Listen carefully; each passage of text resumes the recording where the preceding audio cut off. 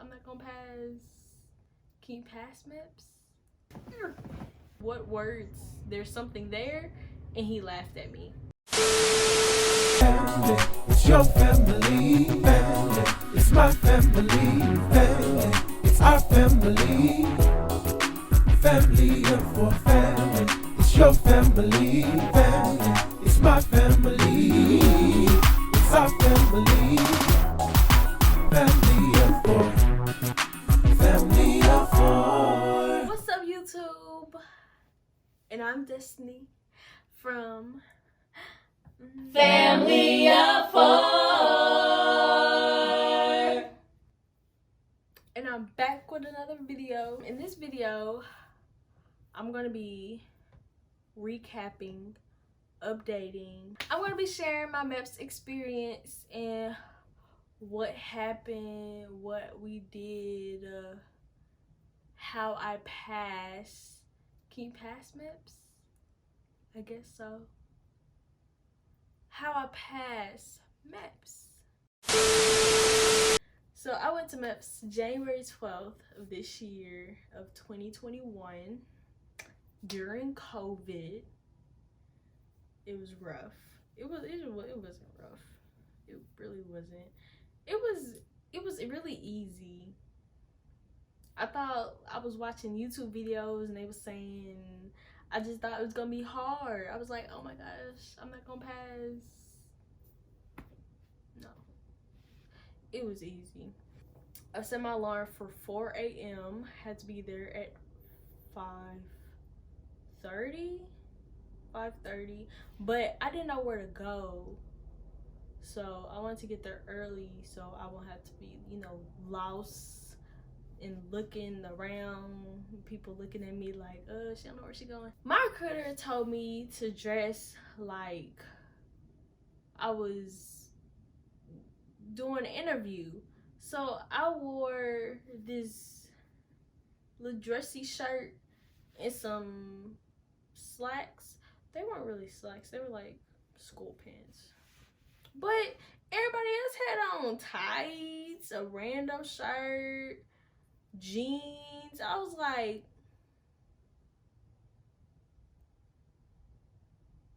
this is what y'all wear to an interview? No, because they recruited didn't tell them that. When I got there, it was 5 of us in line, and we didn't know where to go at first, but we found our way. So we lined up, and about 15 minutes passed. We did the little COVID screening and stuff, and then went through security. So we lined up in this hallway, and about 15 minutes passed, and they finally took us to the main floor. Where they said, put our stuff, in the lockers, and then go check in with our liaison.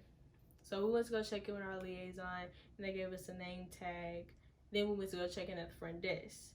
Then the front desk gave us this, the folder? Oh yeah, they did. They gave us a file folder, and then we went to go line up. So I had to take my jacket off because I don't know why, but medical, they don't let you have a jacket back there. We was standing there for maybe 10 minutes, and then because it's early in the morning, they just not getting in, we just not getting in. So I was second in line. So I was like, oh yeah, I'm finna be in the breeze. No. They asked us, they was like, do you have any toe or fingernail polish? No. They made us take it off. I was highly upset. Then they took our blood pressure. I think that's it. They just took our blood pressure. And then we went to the audio testing. So basically in the audio testing, every time you hear a beep, you just press the button. So the beeps, it was like, it's like a ringing noise. So you be thinking you hear a beep, but you really don't be hearing a beep. I pressed it once and there was no beep, and it was all like, you are pressing the button when there is no sound coming from the headset. Only press when sound is coming out. So I was like, okay. When we finished doing the audio, she took us and we went to line up in the visual testing, but I was like last in line, so They took like the last few of us to go to a classroom because it was taking too long for them to get us in the room. Someone came in and he basically was just telling us the purpose of Meps, and he told us that like tell them everything, even if the recruiter said don't tell them, then tell them. And then my recruiter did say that they would try to trick you and be like, I heard you had asthma, what would you do in this situation? So, but they didn't do that. And then he said if something is wrong, then all you have to do is get a waiver. And I was like, oh, that makes sense. Ain't nothing to worry about now. Because if something is wrong with me, then I could just get a waiver and they can waive it, accept it. I don't know. Then when he finished with the slideshow telling us the purpose of Meps, someone else came in and he basically showed us how to organize our papers, and he didn't like repeating himself. So when people would ask questions again and he just said what to do, he would like yell and cuss, but like I would be laughing because like I know my paper's in order. I know everything is right. Okay. Then we got to a page and he basically said read over it and update any information. So you know the girls, I'm a girl, update like our cycle. I didn't have to update my cycle, but a lot of the girls did. Then after we organized our papers and put them in the file, this little file folder, we went to take a breathalyzer test. You know, you take the wrapper out and then put it in the thing and then blow. So we did that. We went to we went to sit in line to get our blood drawn. Some girls were in line to go to the restroom so they could do the drug test. So I was waiting on this, and by that time it was maybe 10, but we don't really know what time it was because they didn't have clocks around or anything. Then we didn't have our phones because we had to lock them in the locker, so we didn't really know what time it was, but it was probably around 10 o'clock. The lady went on break, so we was like, so now what we do? So we went to go to visual because they pulled us out of line for visual. So we went to visual and I failed my depth.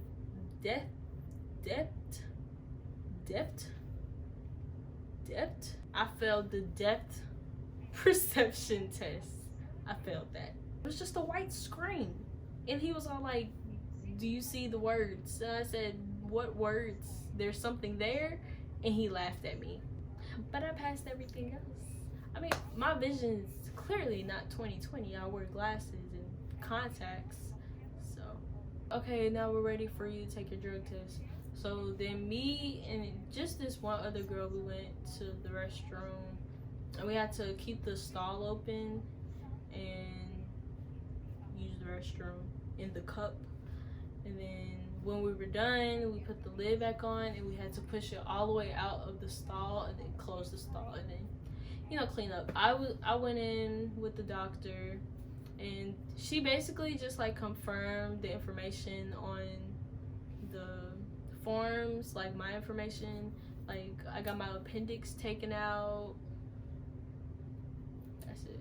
We went in like this room and she listened to my heart and my lungs. Okay, so then we went to the physical doctor. Well, it's the same lady, but she had an assistant. It was in the same room. Had 5 stalls in it. So we went in the stalls and we stripped down to our undies and our bras. We did these stretches like this. Then we did like, I don't know, I don't remember. It was just stretches to see like our joints and stuff. Then like our legs, we did something with our legs. Then we bent over, see if we had scoliosis. Oh, they checked our weight and our height before we did the stretches. So I'm 5'6", 5'5", 5'5", 5'6". I don't really know. And my max is 165, and my minimum is 114, I think. And I'm at 141 right now. So I'm right in the middle, kind of middle. Then we did the duck walk. So everybody knows about the duck walk. Everybody knows you have to do the duck walk at Meps. It is not that big of a deal. I mean, some people struggle, but like across your living room and back.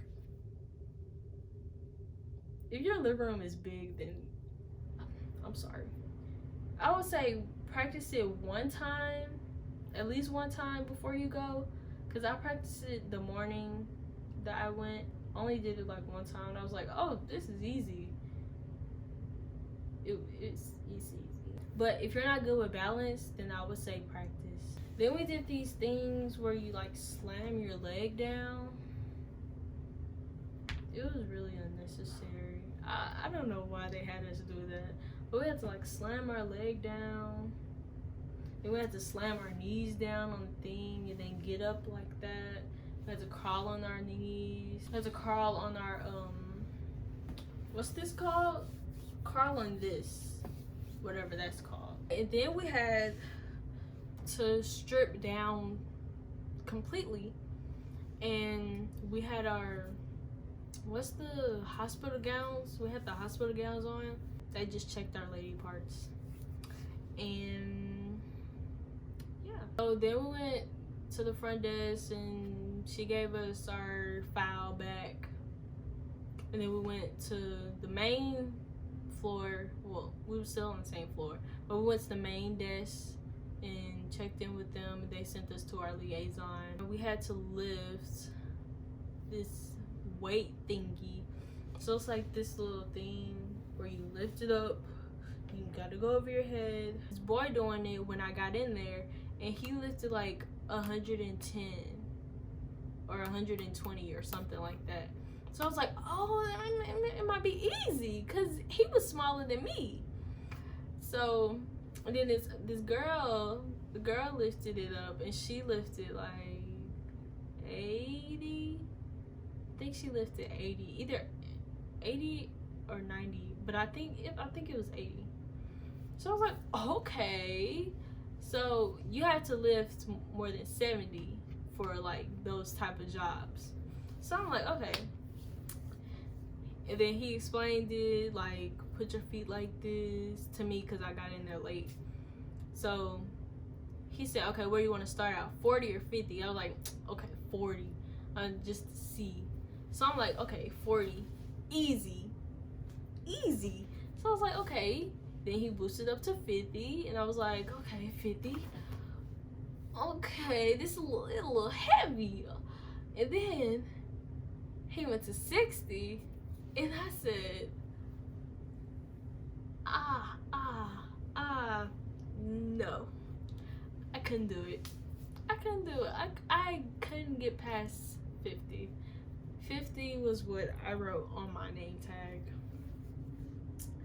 So, I only lifted 50 jobs, and he was like, oh, I thought you were gonna have like less jobs since you only lifted 50 pounds. I was like, then he put up like my family information to make sure it was correct. So I forgot some family members. I had to call my recruiter to tell her to add them to my information. So yeah. And he said, go check in with the front desk and tell them you're ready for phase 2. So I went to the front desk to tell them, I was like, hey, ready for phase 2, whatever that means. He said, go down this hall right there. So I went down the hall, and it was this waiting area, sat in the waiting area. He said, come on in. I signed the contract for the DEP, the Delayed Entry Program, and then I went into another room, and I put in my fingerprints, all my fingerprints, like all of them.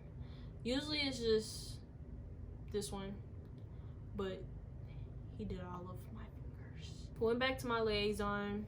I did another fingerprint and I signed some documents because the system updated. And I had to put in like a password or something that I didn't know, so I had to change that.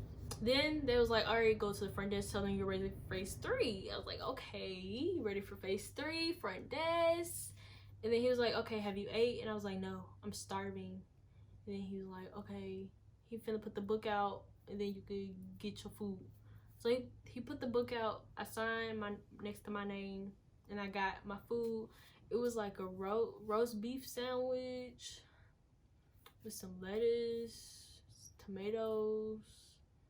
It was a cookie, some Lay's, potato chips, nasty, and an apple. But my apple wasn't good, and I was really upset because I really wanted that apple. But I didn't eat all my sandwich. I went to swear in. I swore in. So it was 9 of us in the room. He showed us how to do attention, like stand at attention, and then he showed us how to do parade rest. So we did that. I think for when the captain comes in, I think he's a captain. Oh, please don't bash me. So then we swore in. We said the little oath, and then he took us back into this room where we signed the official contract.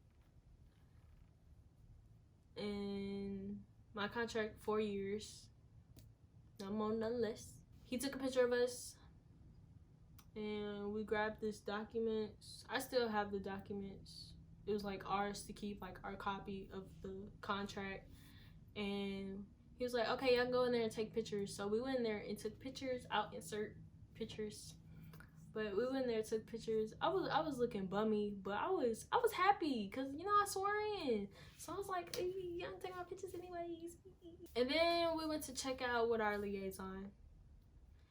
So that was basically, that's basically it. By the time I was eating, it was probably about 12:30, maybe 1 o'clock.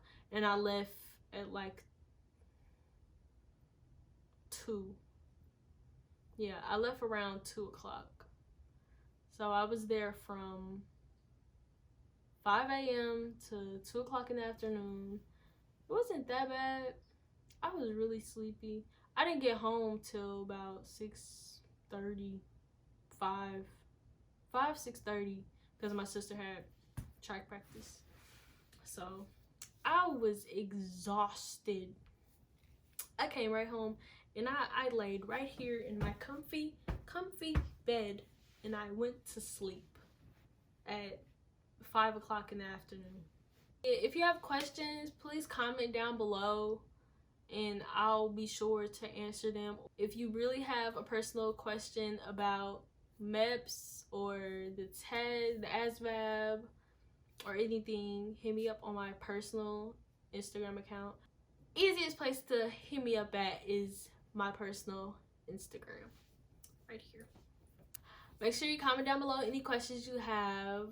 Make sure you like this video if you enjoyed my Meps experience, and make sure you subscribe to our channel to keep up with the fam, and share this video to anybody who's interested in the military or Air Force or just to learn about the process. Make sure you ring that bell to get notified every time I post a video, and we'll be back with more videos. Peace.